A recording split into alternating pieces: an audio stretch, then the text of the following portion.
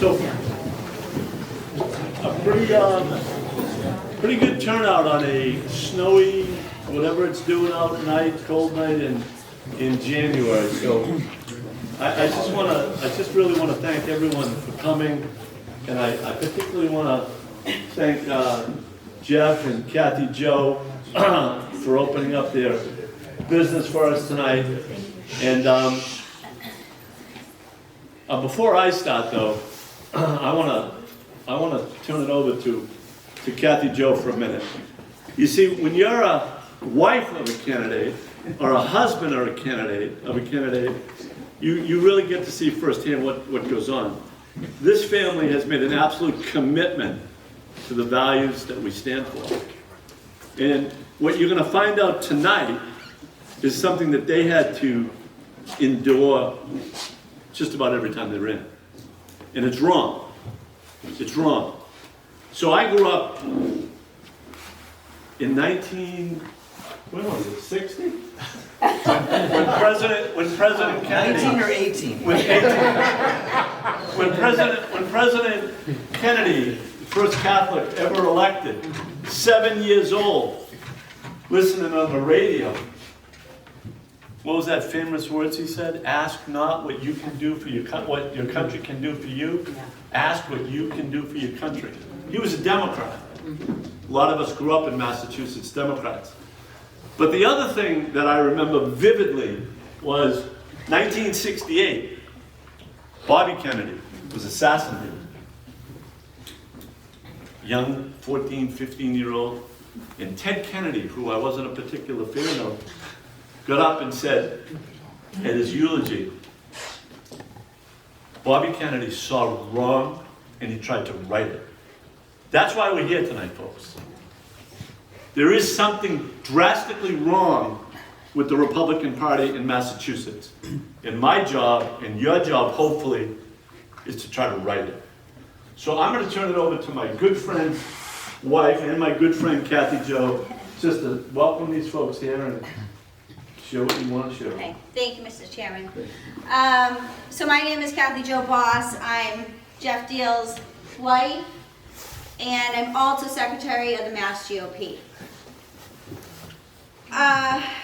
We started this journey, Geoff and I, back in 2008, 2009, when Geoff first started to run for office as state representative. We weren't part of a political family. We were just frustrated with what was going on. Geoff ran the campaign, we ran the campaign, and with no help to speak of from the party. That was back 2008, 2009. Geoff ran 4 times for state rep. Every time he won. No help from the party. Geoff then was asked to run a special election for state senate. In fact, Charlie Baker begged him to run for state senate. I said no. No, I did not want him to run. He was already serving as state rep. There was no need for him to run. Brockton is a hard city to win. So Charlie called me, not once, but twice, to ask, to beg for Geoff to run for state senate. So, as a good Republican, I said, okay, this is what the governor wants. We shall do it. And we did. He said, I'll help you, I'll support you, I'll do all of this. He came to one event and really spoke about himself the entire time and nothing else. That was the help we got from somebody who begged us to run for state senate. Then we were asked to run for U.S. Senate. A lot of people wanted him to run. Good old Howie Carr wanted him to run. I can't hear you. You know how that turned out. Kathy Carr, what people may not know, Kathy, his wife, who's really the real boss of it, She is that. was on Geoff's finance committee for U.S. Senate. That did a lot of good, right? So that was that. We took some time back in the private sector, and then we all know he ran for governor. Now, the only reason why both Geoff and I were gung-ho for Geoff Diehl to run for governor is we had the support of the MassGOP, because we never had that before. Without Jim Lyons supporting us for that race, we could not have done it. We couldn't have. And unfortunately, this party, as you'll hear, is very divided. And I really believe that it hurt a lot of us in this room even that ran. It hurt us because people on the other side of the split, I guess, who we've tried, Geoff and I, Jim, have all tried to work with them, didn't help. In fact, blocked. So, as a wife, we have gone through a lot. Our cars have been vandalized. Our house has been vandalized. We get negative letters, emails. Still to this day, Howie cannot stop using Geoff Diehl's name. I guess it's a good thing. He's being talked about. But the point is, it's very hurtful to the family. We have 2 children. They were very young when we started. And their names were dragged through it all. By teachers, by the opposition. It's hurtful, okay? And you know what? When you don't agree on policy or something like that, okay, let's talk about it. That's good, that's healthy, that's okay. But not when it is just personal attacks because you don't like what color tie he's wearing. Or what his wife does for a living, or whatever the case may be. Okay, so I'm telling you right now what Jim Lyons is going through, or what he has been going through since he took chairmanship, is god awful. I don't care what you think of Jim Lyons, nobody should be treated like that. And all Jim wants to do is to help this party come together so we win. So we actually win seats. And not just governor's race, but all the way through. To give you software, to give you the tools to make it happen. To actually have effective, hard-working state committee that are going to help you. There have been state committee people that haven't showed up for 4 or 5 meetings. They were elected to do that job. You show up no matter what is going on. That is your job, no matter how painful it is. And this man right here has dealt with all of that. And his wife, Bernadette, I sympathize with you. You should never be treated that way. You, your children, it is wrong. If you want to talk about policy or different things that should be going on, that's a different story, but that's not what's happening. Anyway, I could go on and on. As you can see, I'm very passionate about it. And let me tell you, the governor's race, this election cycle is over, but we're not done. I can tell you,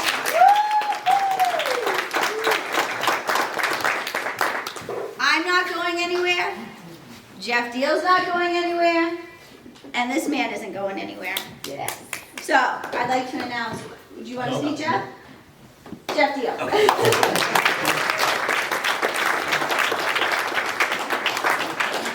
I've been going out with Jim last week, 4 nights.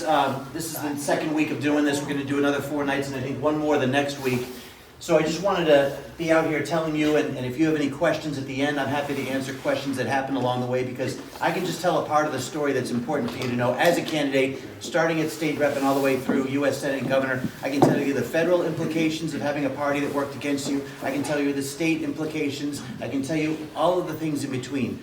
But it's Jim's night to tell you what's going on. As you can hear from my wife, hell hath no fury like a woman scorned.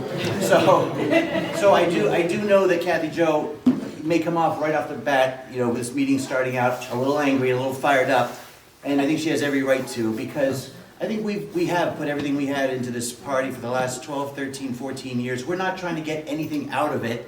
We are trying to build it so that it is a functioning party that brings up the next person for office. I can only do these things, run so many times, and we have to have good people. There's candidates here who ran, didn't win, candidates who've been here and won. We've had campaign managers, regional town committee chairs, city committee chairs. We've got a whole slew of people here tonight that know the experience firsthand from doing it.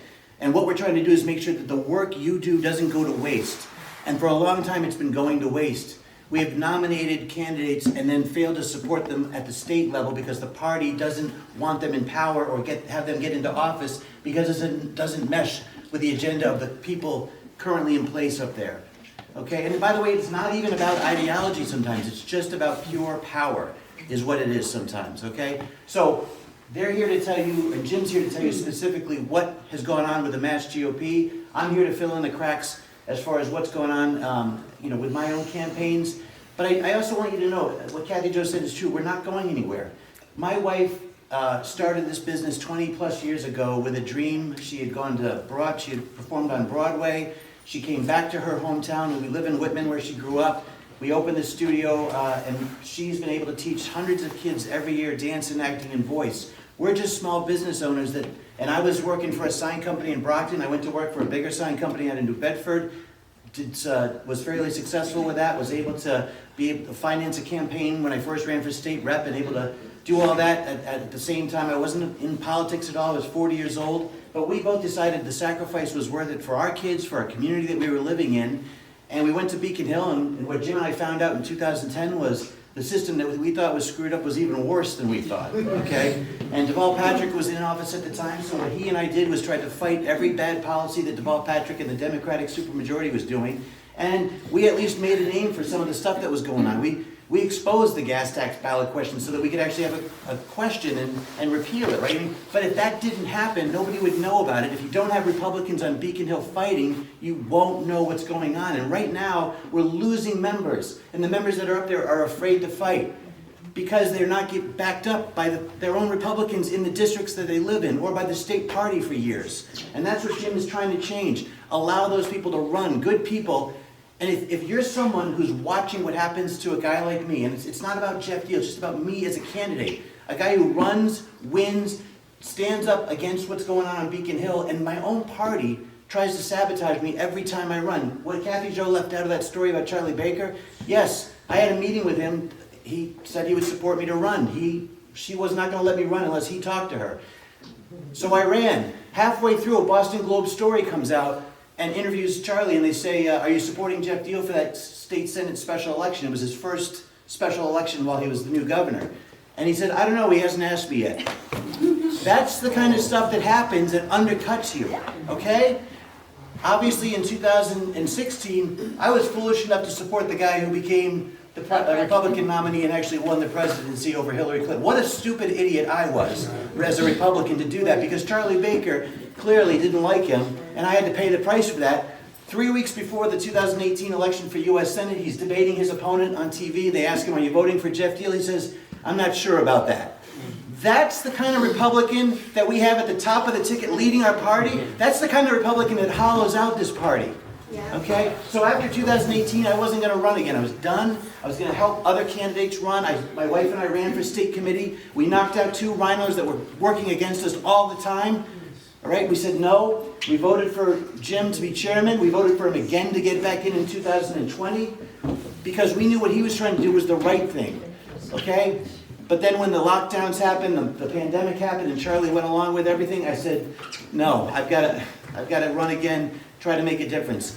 He could have run again against me. I declared my campaign in July 4th, 2021. He had every possible advantage over me. Money, recognition, all that stuff. He should have run if he wanted that seat again. Karen Polito should have run, but they didn't. Okay? So I didn't knock him out. He could have run at any time. Instead, Chris Doty ran. Okay? Now, I ran against Chris, and I ended up beating him, okay? And I took him out to lunch, asked him if he could help unite the party in the final 2 months. I paid for lunch, by the way. He spent $2.5 million. I wasn't going to ask him to shut up. Okay? But I asked him to unite the party, and he wouldn't do it. He wouldn't do it just to at least allow us to be united going into the final 2 months. That is not how we can build a party. And by the way, you guys know, if I hadn't endorsed him, if he had won the primary, I would have been absolutely crucified from here till next Tuesday by Howie Carr, who always seems to find a way to... I don't have the yellow tie on, Howie. So sorry. Anyway, the point is this. If you're somebody out there that watches what I've been trying to do, how do you even think that you want to run for any office in Massachusetts? Any office. We have to have people that can run for not just the top of the ticket stuff, but also state rep, state senate, and also municipal elections. We need people on town boards. When we turned this studio into a learning pod for kids during the pandemic, parents were going back to work, but the kids weren't allowed to go back to the school, so we opened this up and we had computers in here for kids to get online so they could do their courses while their parents are going back to work. It took us an extra month to open that learning pod because the local Board of Health guy knows we're Republicans and didn't want to give us the okay. We had to go to a local Democrat who's on the select board to tell him to shape up and let it happen because it wasn't political. It was trying to help kids in the community, right? That's the kind of politics that goes on in nonpartisan races at your local level. So we have to have Republicans run in those municipal races to at least get some accountability at that level as well. All right, so there's a lot of work to do, and when you sabotage this man the way people have sabotaged him, and then it's like this, Geoff Diehl can't win a race. He can't win a race. Can't win for governor, can't win for unit senate, can't win for state senate. Yeah, if everybody's stabbing me in the back of my party, it's hard to win. Yeah. Jim Lyons can't pass a budget. People have not showed up for 5, 6, 7 meetings and we can't get a quorum to pass a budget. Jim, you can't pass the budget. Yeah, because you won't show up. You won't show up to let a budget be passed. It's insanity what's going on. And then the Globe, of course, happily takes the people in the state committee who run to them and say, I've got a dirty little story about Jim. I got a little thing here. And the Globe loves it. They love to create that dissent. You guys know it. I'm preaching to the choir here. The point is, you're here to listen to him. I just want to let you know what he's going to tell you tonight's the truth. And if you doubt it, just ask me. And I proudly will tell you what's going on and what we're trying to do to make sure that going forward, this party is working for you, the activists, to help get those people elected, because I am so tired of going to events with you all and in the back of my mind thinking, man, we've got an uphill fight. We are really not the minority in this state. You know that. This is more of a balanced state than it comes out in the polls. So we just have to make sure that we're doing the right job as Republicans to get the message out there and not cutting each other's tires along the way. So that's all I have to say. Thank you for coming out tonight. If I parked you in a bad spot, I apologize. There's a lot more people than we expected. So thank you guys very much.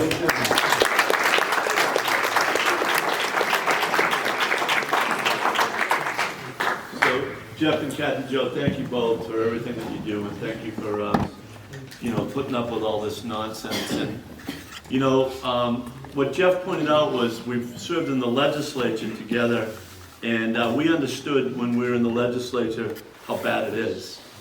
So people look around Massachusetts and say, hey, we're a deep blue state, we can't win anything, and that's not true. And I want you to know the reason that the state is so bad isn't because of you folks, because everyone in this room is committed to the principles that we all believe in. And it's not because of the Democrats either, though. It really is about the Republican Party not giving a darn about what you and I and the people here think. And I knew it in the legislature. Geoff and I knew it. We saw it. The lack of will, the inability to really take on the Democrats. Let's get along with these people. But folks, when I got elected party chair on January 17, 2019, I was like that little 11-year-old kid that snuck into the X-rated movie. Let me tell you, folks, it is bad. It is really bad. So what got us to here tonight? So everyone knows when a crime is committed or something bad happens, everyone has a point where it says, all right, we have to do something. Everybody in this room has a checking account. Business owners, checking account. It's kind of like the lifeblood of paying your bills, lifeblood of paying your business. Well, on February 1st, the treasurer of our party got up and said, I'm going to shut down the lifeblood of the Republican Party and shut down our bank account, your bank account. No notice. Which year was that? Excuse me? Which year was that, Jim? This was the beginning of this year, 2020. February 1st, 2022. Right before the convention, about a month or so before the convention. We were just beginning our caucuses for the convention. Our treasurer, Patrick Crowley, woke up, went to the Berkshire Bank, and shut down our bank account. Our rent check bounced. Elizabeth, I want you to give a hand to Elizabeth for all the great work she does. I went into the office and my staff said, are we gonna get paid? That's the kind of turmoil that was created. And the media obviously took hold of it. How do you think donors view that? How do you think donors view that? Patrick Crowley, the treasurer, did not attend the November 22nd, 2021 budget meeting. He did not attend the November 30th, 2021 state committee meeting. On January 27th at 5:07, Patrick Crowley left me a phone message the night of our meeting. I have no problem with the budget. Patrick Crowley, after a quorum was established, walked out of the meeting and said no bills would be paid. At the time, I didn't know what he was talking about. On February 1st, Patrick Crowley shut down the bank account. The rent check bounced, the employees' pay and health benefits were put in jeopardy. This is a direct violation of Massachusetts criminal statutes. On April 28th, Patrick Crowley changed the password to our OCPF accounts. In other words, we have an obligation to file campaign finance reports, and he shut them down. Patrick Crowley did not attend the Massachusetts Republican Convention on May 21st, 2022. Patrick Crowley did not attend the September 14th, 2022 State Committee meeting. Patrick Crowley did not attend the October 13th, 2022 budget meeting, nor did he attend the December 29th State Committee meeting. So folks, that was the culmination of what I'm about to tell you. Because when you go through something, you don't know what's going on at the time. It's only when you take a breath and say, all right, I gotta find out what is going on.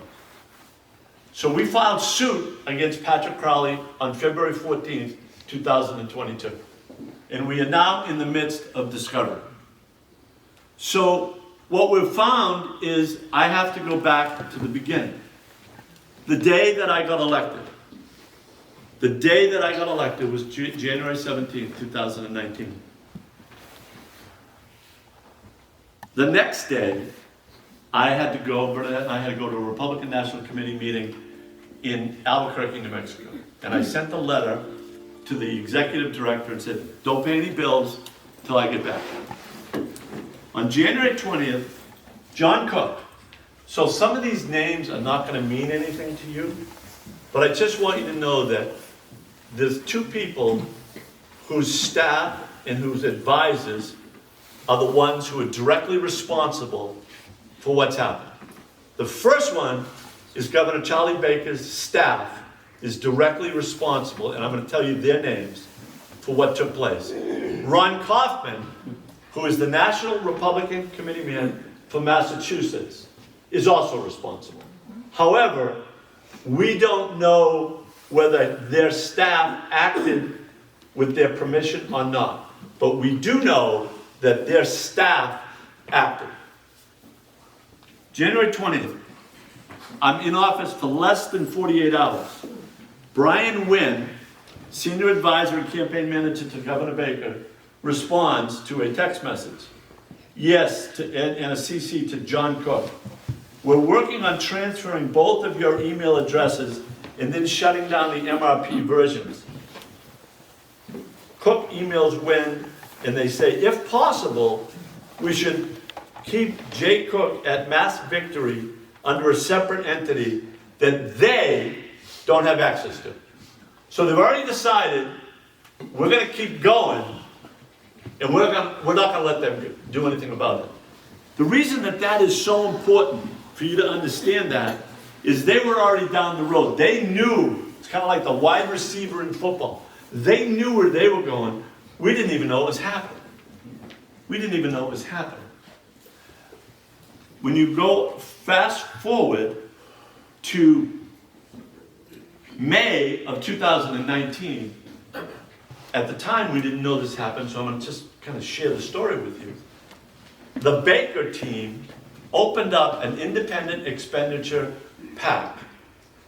They funded a new organization. A new party is basically what they did. And what they funded it with, they used the assets that belong to you. It's called Salesforce.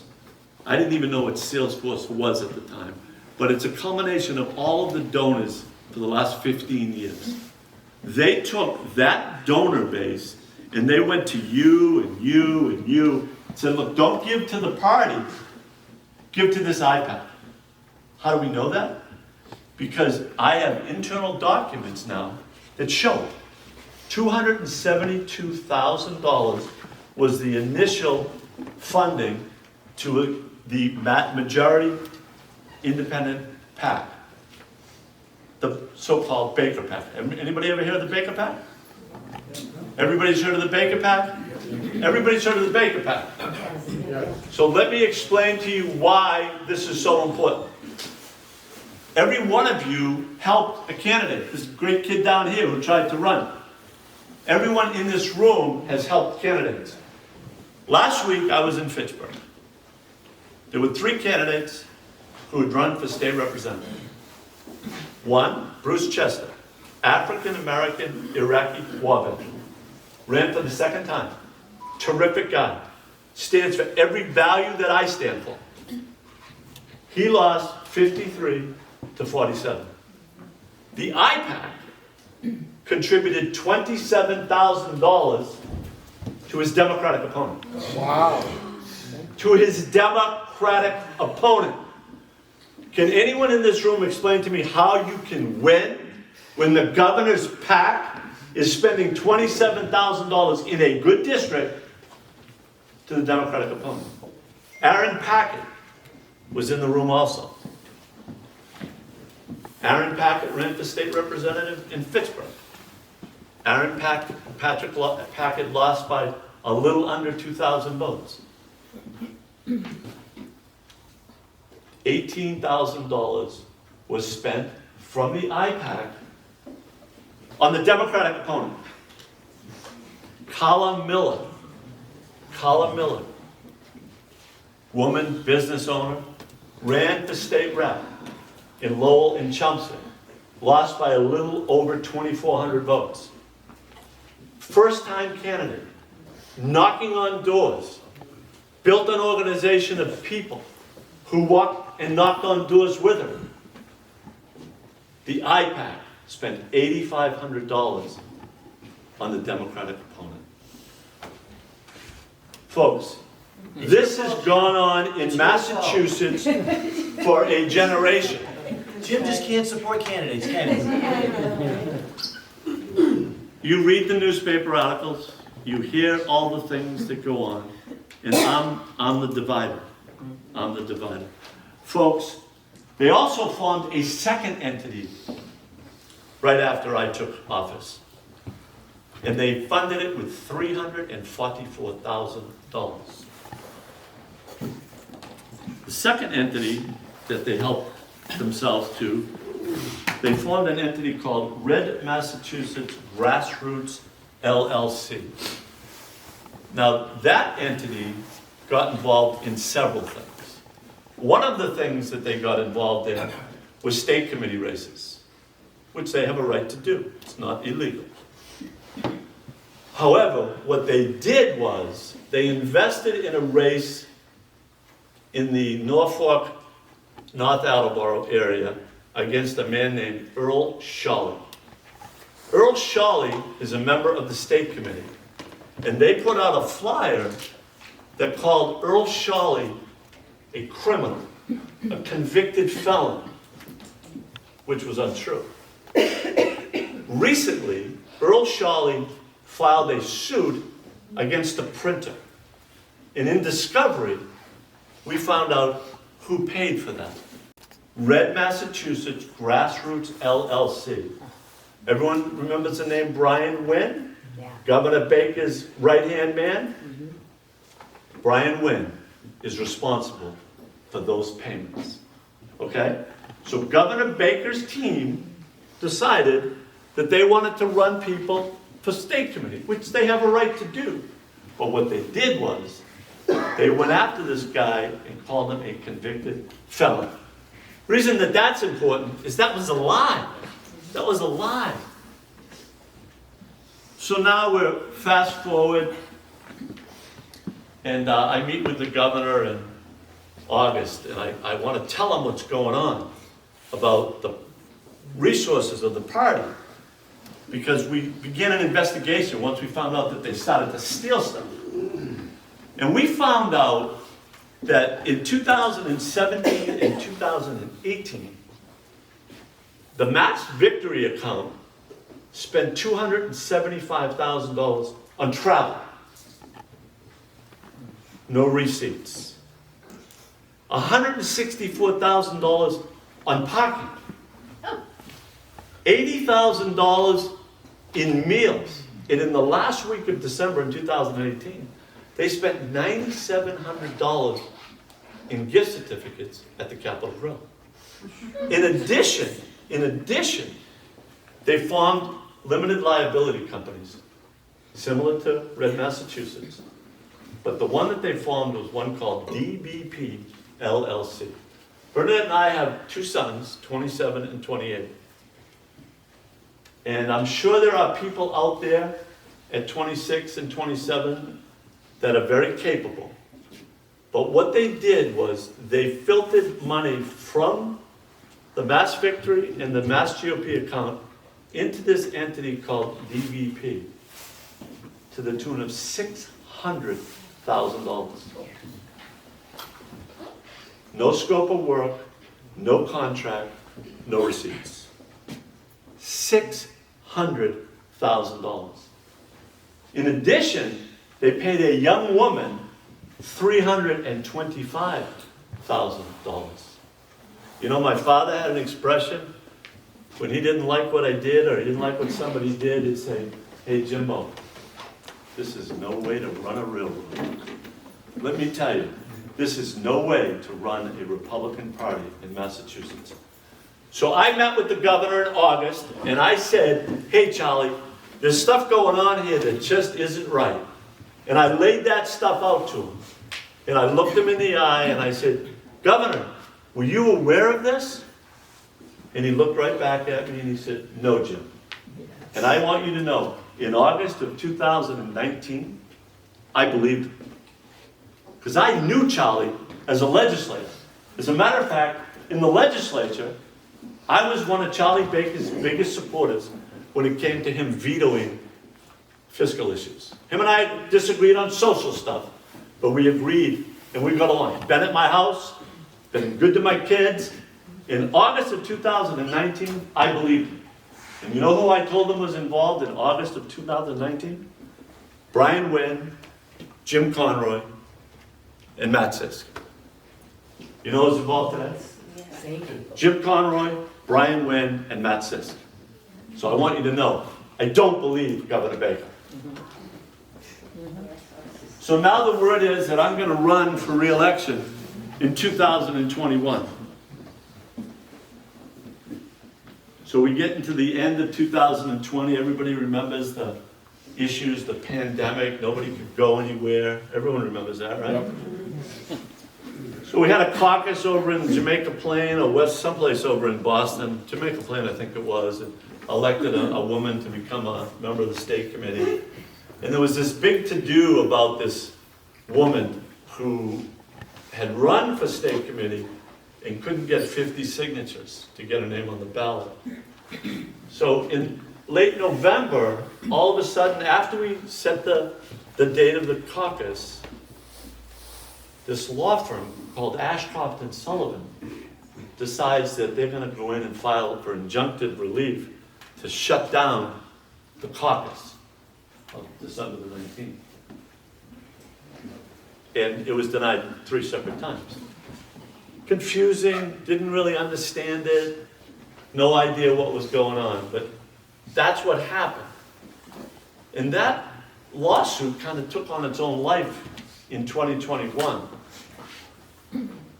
And in December of 2021, a year later, we find out who paid the legal bills.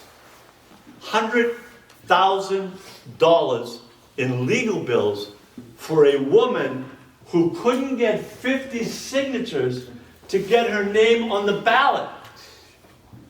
There's an entry on December 20th, 2021, on the Baker campaign. Charlie Baker spent $100,000 on legal bills for a woman who couldn't get 50 signatures to get her name on the ballot. Do you know how much money Charlie Baker raised for the Republican Party since January 17, 2019, when I became chairman? Nothing. Zero. And they say, I'm the divider. So now we have an election on January the 3rd. But I'm going to step back and just tell you a little bit, a personal story. In 2008, before I was a member of the state legislature, we had a neighbor of ours who wasn't happy about the fact that the neighborhood was against a real estate development going behind our house. So this neighbor decided that he was going to torture me and my wife and my family.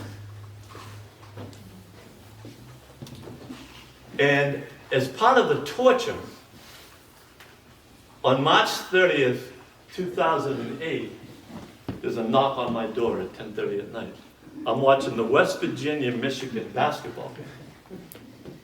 It's the Department of Social Services that knocked on my door. The neighbor had made a complaint that I abused my kids. Wow. Fortunately, and I will never forget this sight, my wife in the middle of the street crying, they're going to take our kids away. A couple of days later, there was a sex offender who worked at the McDonald's, quarter of a mile from our store. And there was a blog in the Tewksbury online talking about how would McDonald's do this, right? Someone set up a phony account and called it Jim Lyons. And what they said on the account was that Jim Lyons, we sell flowers, ice cream, and Christmas trees. There's not a lot of those in Tewksbury. I get great satisfaction. I'm a recovering addict working with these young kids. That's what they said. With the help of the Tewksbury police, the Andover police, the state police, our neighbors were arrested. And our neighbors, both of them, went to jail. They went to jail.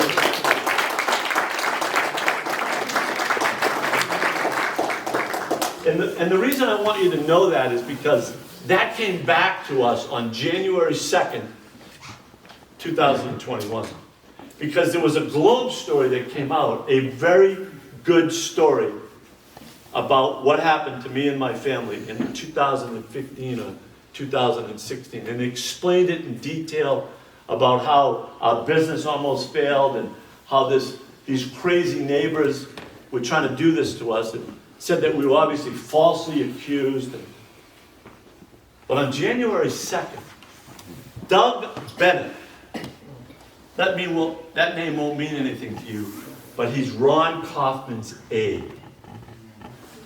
Doug Bennett started to circulate that Jim Lyons was accused of being a pedophile.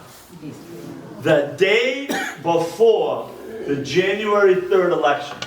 And the reason I'm telling you that, folks, is because nobody who's involved in politics should have to go through this. Well, guess what happened that night? My wife broke down. It's kind of like the scab that comes on.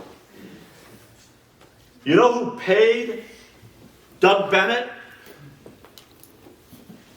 During the deposition, because I sued him personally for this. This has got nothing to do with the MassGOP.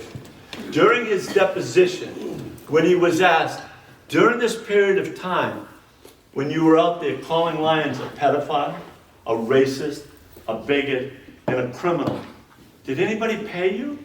No, nobody paid me. You never received any money? No. You never worked for anybody about this when you were doing all this stuff? No. They take a break. His lawyer comes in, says, Mr. Bennett wants to change his testimony. He comes back in, and he said, yeah, he did get paid. He got paid by an entity called Red Massachusetts Grassroots LLC. Brian Wynn. You got it? Brian Wynn. Twice now. Convicted felon, pedophile. Brian Wynn. So now, folks, we start to move forward. I win on January 3rd. I win. And then all of a sudden, all hell breaks loose again. We start getting these things in the mail at the office. They're trying to open up this ward committee in South Boston because 2 members had resigned. Okay? And when we tried to check it all out, and by the way, the person that did all this, guess who he works for? Charlie Baker. So we got all this stuff back in the mail, which says, hey, these people don't live there, right? I said, okay, so on March the 30th, I send a letter out to everybody that sends them in, and I said, look, there's all kinds of inaccurate information. We need to run another meeting. So on April the 19th, there's a letter written by a woman named Nat Lee, who I don't know who Nat Lee is from Adam. And Nat Lee writes a letter to the state committee saying that I'm a vile bigot, racist.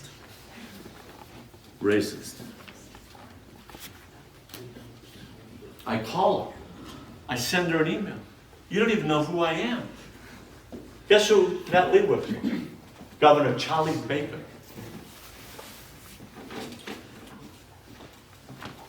We now have internal documents that show that Matt Sisk, Jim Conroy, Brian Wynn, and others got together to create a concerted action to destroy my reputation and to get me to resign from the state committee. April the 23rd, Simon Cataldo. Name won't mean anything to you, but I'm going to make it mean something to you now. He's an attorney that works for the Ashcroft Sullivan law firm. Why don't you tell us that... Mr. Novak, I'm not gonna entertain anything from you till I'm finished. Do you Okay, I understand? just want, why don't you tell her it's Michael Sullivan's law firm? It's Ashcroft and Sullivan. I'm not going after anybody. Right. I'm just giving you the facts, all right? So what happened is that they sat together and they came up with a story that would call me a racist and a bigot. Brian Wynn, on April the 23rd, and Simon Cataldo, spoke with the Globe Reporter on Background a little while ago. They're going to run something. 4 days after they get the letter from Nat Lee referring to me as a racist and a bigot.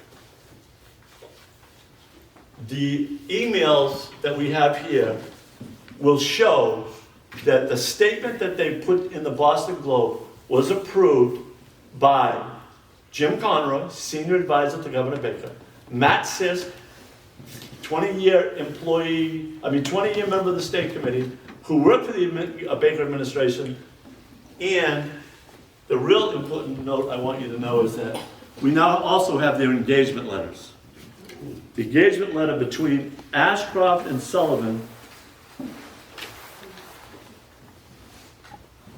and the particularly noteworthy thing here is the date of it is June the 9th, 2021. It was a night of a state committee meeting where I had put on the agenda that I was going to bring up the facts of what happened here to the MassGOP. And it says, per our discussion and understanding, our work was effective April 19th. April 19th. Brian Wynn sends this email on June the 9th. Thanks, Kelsey. Can you redo the part about Jim Barnett and change those to Ben Maroon? He is the new director of the Red Massachusetts Grassroots LLC. So Red Massachusetts Grassroots LLC, led by Brian Wynn, hires attorneys to attack me and call me a racist, a bigot, and a criminal. Remember, Red Massachusetts paid Doug Bennett, the guy that called me a pedophile. Folks, how do you possibly win in Massachusetts when you have newspaper article after newspaper article after newspaper article attacking me, the chairman, falsely attacking me? So I'm going to go back to the day that I took over. Will Kaiser. They put in an invoice, they, meaning the prior administration, to a gentleman named Will Kaiser. I refused to pay it. Will Kaiser is a Democratic operative who was involved in advising the Baker people on media solutions. Will Kaiser. Simon Cataldo, the attorney that created the false narrative that he gave to the Boston Globe, ran for state representative in Acton, raised $250,000. He ran against a Republican who couldn't raise any money. It's a very tough district. There was $7,500 given by the Massachusetts Independent PAC, the so-called Baker PAC, to Simon Cataldo's campaign.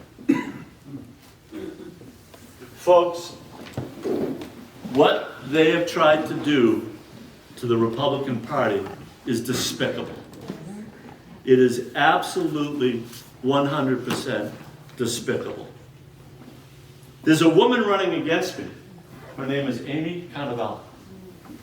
And what we now know is that one of her platform pieces is that she wants all this to go away. Mm-hmm. It's kind of like robbing a bank, getting the money, and saying, hey, let's go home. Okay? That is what she wants. We've filed suit, and now that we've got this information, we will have additional defendants in this case. But we're also filing a second lawsuit. And the second lawsuit is to benefit all the Republican town committees and city committees across the state. You see, this isn't about me, folks. This is about every single person in this room that knocked on a door, that donated to a candidate. We're all wasting our money. Mm-hmm. Yeah. We're all wasting our time. You see, because Governor Baker and his buddies don't like the fact that we have a strong conservative who stands for our values. Mm-hmm. And that's why they did this. It was 3 reasons. 1, they don't like our agenda. 2, money. And 3, power. That's what they did. So the plan continues down the road. Next week after the April 30th newspaper article from the Boston Globe, we have a situation where a woman decides that she, in a private conversation, doesn't like the fact that a gay man is adopting children. Last I checked, this was America. We have a right to say what we want. And it was a private conversation in private emails. And Jeffrey Paquette, who has been to 3 of my 5 meetings, was involved in it, and he was the gay man. What happened was, Ron Kaufman, Matt Sisk, and others convinced him that I was the one doing it. And they leaked the story in May to the Boston Globe. The same woman who wrote the story about me being a racist and a bigot is now calling me all kinds of other things relative to religious freedoms, and I don't have a right to do that, and this and that.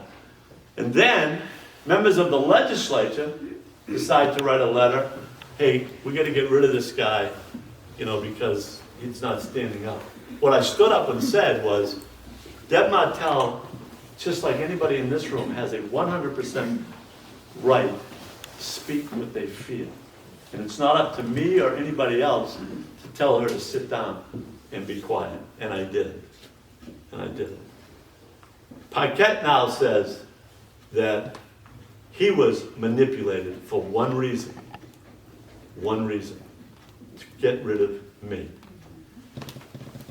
June 20th was Father's Day in 2021.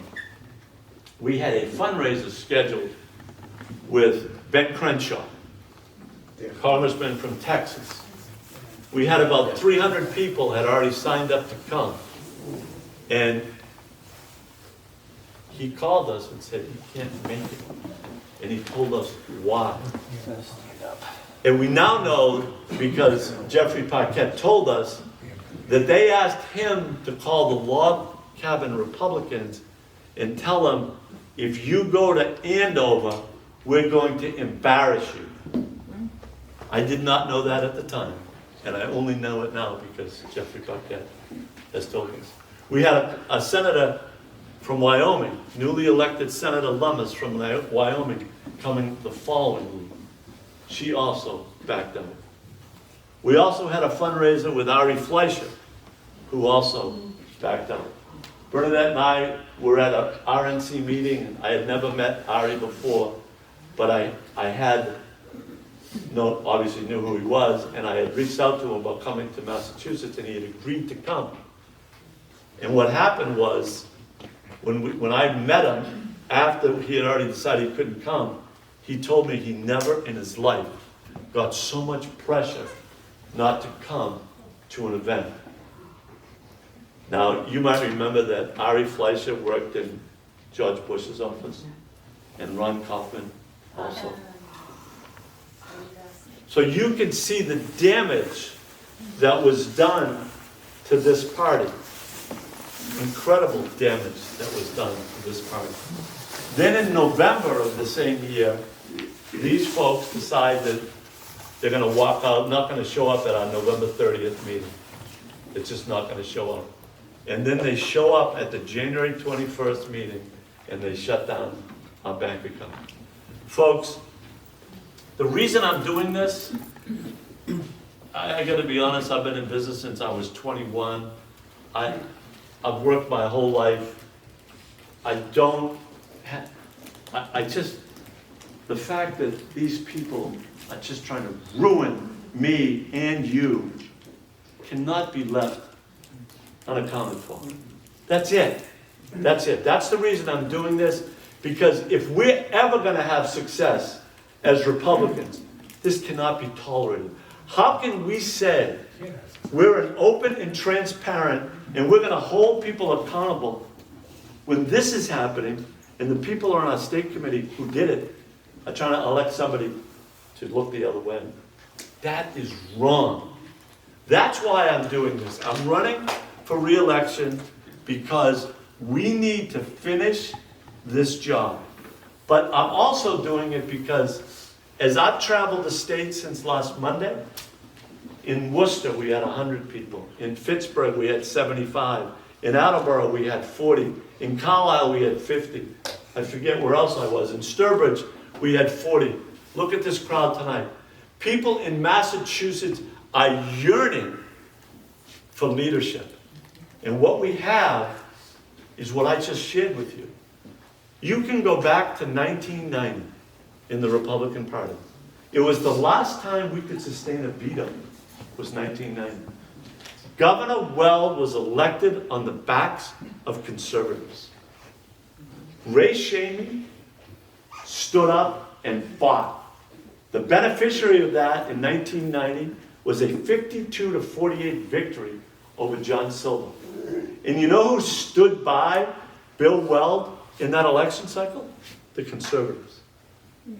Charlie Baker in 2014 won by 41,000 votes. You know who stood by Charlie Baker in 2014? The conservatives. In 2018, Governor Baker asked me to go to the floor and talk to pro-life people. Scott Lively was running against them. There is no one who is more committed to the pro-life movement in the legislature than me, because of my wife. So I did. And I spoke to every single person that I could to convince them to vote for Governor Baker. Okay? Not because Governor Baker is pro-life, but because I was a member of that team. And he was going to be our nominee. And it was the right thing to do. Folks, let me tell you, the people in this party who've had it for 30 years could care less. They could care less. And unless we hold them accountable to what they've done, forget about it. 1990 will seem like yesterday. That's how long it will take us. So, two things that I'm going to talk about now is how do we move forward and what do we do to solve the problem now. So, because of the lawsuit that we filed on February 14th, 2022, the members of the state committee who were involved, some of them were involved in this, wanted to go away. We're drafting a new lawsuit and we're asking anybody who's a member of the Republican Party, Republican RTC, or Republican City Committee to become a plaintiff. So the lawsuit that we're talking about, though, is a lawsuit regarding four specific people. I've mentioned them to you, Patrick Crowley, obviously, and then the others. And we have set up a legal defense fund, and it's funded, and we have donors that have committed to it. And what we're asking people to do is just to add their names to the lawsuit. We'd like to get 200, there were 250 caucuses around the state. We believe that every single candidate, every single donor has been damaged by this. And we're asking people to lend their name as a plaintiff to the lawsuit. Initially we're seeking $5 million in damages. 250 times 20,000 gets you to $5 million. We believe that we can substantiate those damages down the road, particularly given the fact that it'll give us an opportunity to get discovery. But I don't want you to think that this is going to happen anytime soon. We're filing the lawsuit within the next week, but we're two and a half years away before seeing, justice in this. But the whole focus is to make sure that everybody in our party understands we can't tolerate this. People treat us like this. And this is nothing, I don't get a dime on this. It's got nothing to do with me. My wife and I are signing as members of the Andover Town Committee because we believe totally that what has to happen is the grassroots has to understand what's going on and they have to benefit from anything that might happen. So how do we go from here with all this craziness? I have to tell you, when I ran in 2021, I got up in front of a bunch of my colleagues and state committee members, and I said, I just want you to know that I'm not the chairman that's going to have puff pieces written about him in the Boston Globe. How prophetic was that? And I don't mind telling you, they call me every other day, and I don't call, what am I going to say to them? I tell them, I don't talk to them. But Howie, Is he getting paid by that LLC? I have no idea. But so folks, how are we going to move forward? Because we can. Just take a look at what we did with that ballot question. Right. Just take a look at what we did with that ballot question. We got 120,000 signatures in 87 days, all volunteers. You know how much that's worth? $500,000 right there. But you know what it's worth right now? It's the data that we have from it. It's the roadmap to success. Bristol County, we won every single city and town in Bristol County. Worcester County, 85% on the no, we won. Plymouth County, we won. Essex County, half of the district. Towns in Middlesex County, all red, all red. Our candidates actually trailed behind the ballot question. Do you want to know why? Because people look at this Republican Party and you've got a governor out there telling us that Donald J. Trump is no good. Well, guess what? You don't win when that happens. And that's what happened. We have a governor that cared only about himself. He didn't care about the grassroots. He cared about himself. And how do I know that? I just told you. I just told you. So we have to continue to organize at the grassroots. We have to get our local RTCs involved in fundraising to help our candidates, so we know firsthand that our candidates are supported. We have to outreach to what we call low propensity Republicans and independents. There's only 475,000 Republicans in Massachusetts. There are 522,000 independents who identify as Trumpers. You put those numbers together, and now you have 1 million. Okay? But these independents, they listen to Governor Baker, and guess where they stay? On the sidelines.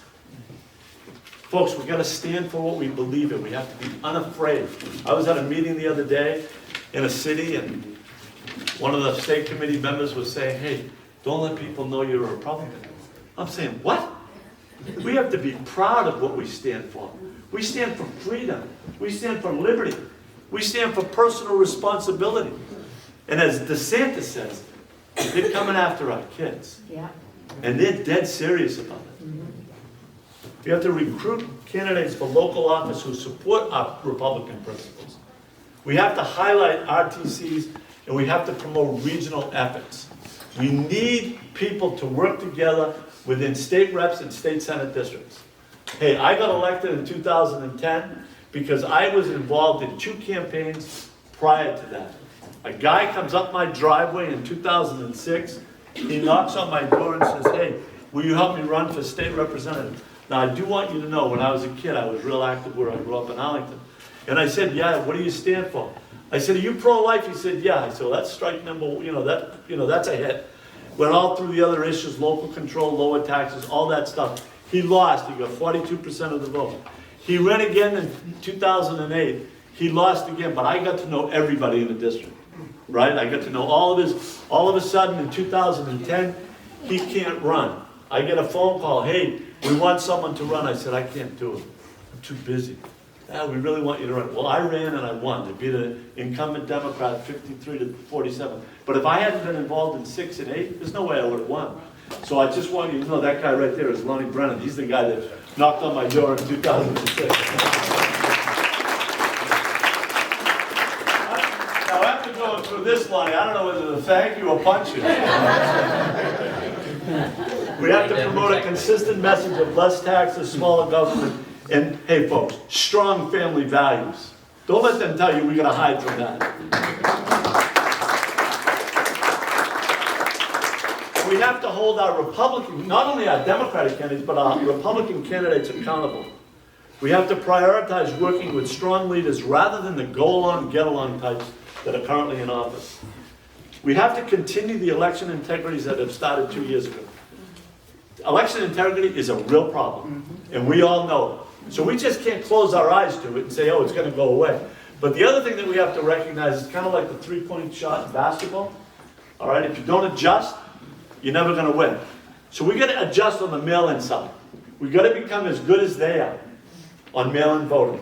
Sean Steele is the former chairman of the California Republican Party. His wife, Michelle Steele, is an incumbent congresswoman who just won re-election. And they did a better job beating the Democrats with mail-in voting. And he's going to show us how to do it. That's what we have to do. We just cannot complain. We have to go out and adjust. And the other thing we have to do is reach out to other communities. The Latino community, the Black community, the communities of faith. We have to reach out to them and explain that you have to engage in the process. But folks, we can do all of that. But if we don't clean our own house, we're all wasting our time. Can I count on anybody in this room to help us in our lawsuit? I need your help. Before you leave tonight, I'm going to give you a piece of paper. I ask you to think about it, sign it. No financial liability at all. We just want to make sure that we represent every community in the state. So we let the people who are trying to take our money away from us know we're dead serious. We're going to hold you accountable. So folks, I'm happy to answer any questions, but that's kind of my presentation.